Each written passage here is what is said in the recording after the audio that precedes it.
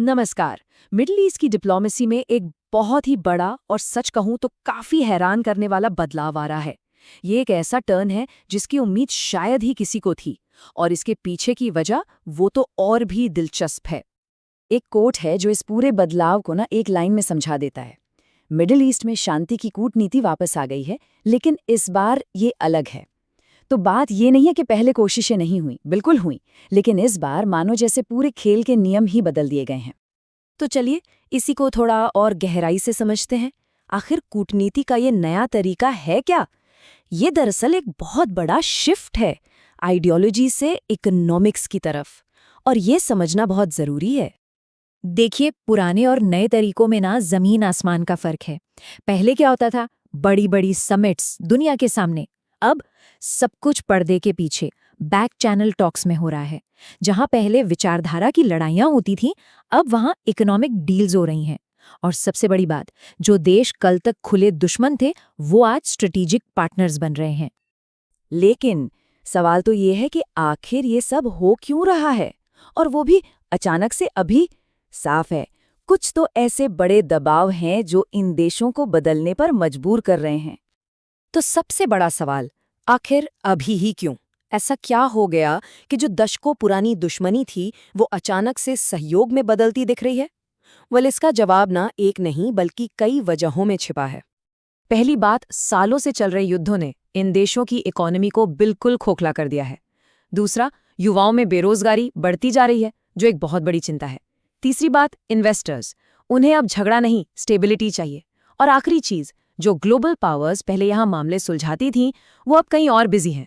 तो इन सब चीजों ने मिलकर वहां के लीडर्स को सोचने पर मजबूर कर दिया है। अच्छा, ये तो हो गई वजह। अब आगे बढ़ते हैं और देखते हैं कि ये हो कैसे रहा है, क्योंकि ये सिर्फ पॉलिसी का बदलाव नहीं है, ये तो पूरे माइंडसेट का बदलाव है।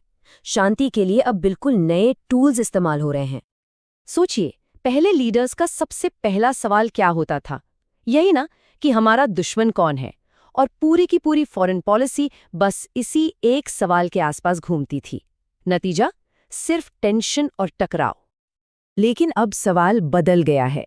अब वो पूछ रहे हैं, कौन हमें आगे बढ़ने में, ग्रो करने में मदद कर सकता है? और बस ये एक सवाल सब कुछ बदल देता है। फोकस अब सिक्योरिटी से हटकर सीधा इकोनॉमिक ग्रोथ पर आ गया है। तो शांति के ये नए टूल्स है क्या? ये मिसाइलें या टैंक नहीं हैं। ये हैं ports, railway lines, gas pipelines और डेटा केबल्स। ये वो इंफ्रास्ट्रक्चर है जो देशों को आपस में ऐसे जोड़ रहा है जैसे पहले कभी सोचा भी नहीं जा सकता था। लेकिन हाँ, इस नए प्रैक्टिकल नजरिए में रिस्क भी है और रिवॉर्ड भी। दांव पर बहुत कुछ लगा है और कहानी किसी भी तरफ जा सकती है। तो आगे दो रास्ते दिखते हैं। एक तरफ है रिस्क। रिस्क ये है कि ये सारे समझौते अभी बहुत नाजुक है। एक छोटी सी चिंगारी सालों की मेहनत पर पानी फेर सकती है। लेकिन दूसरी तरफ है मौका। मौका ये कि अगर ये काम कर गया तो मिडिल ईस्ट एक कॉन्फ्लिक्ट जोन से एक ग्लोबल कनेक्टिविटी हब बन सकता है। एक ऐसा हब जो एशिया, यूरोप और अफ्रीका को जोड़ेगा। सोचिए जरा। तो आखिर इस पूरी चर्चा का निचोड़ क्या है, इसका टेकअवे क्या है? ये व्यावहारिकता से पैदा हुई शांति की एक नई मिसाल है। और ये ट्रेंड जियोपॉलिटिक्स में एक ऐसी चीज की तरफ इशारा करता है जो बहुत बहुत रेयर है।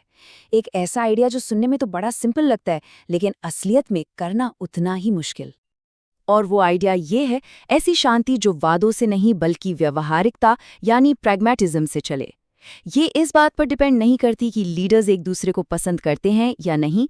ये इस बात पर डिपेंड करती है कि उन्हें एक दूसरे की जरूरत कितनी है। और शायद यही असली और टिकाऊ शांति का रास्ता है।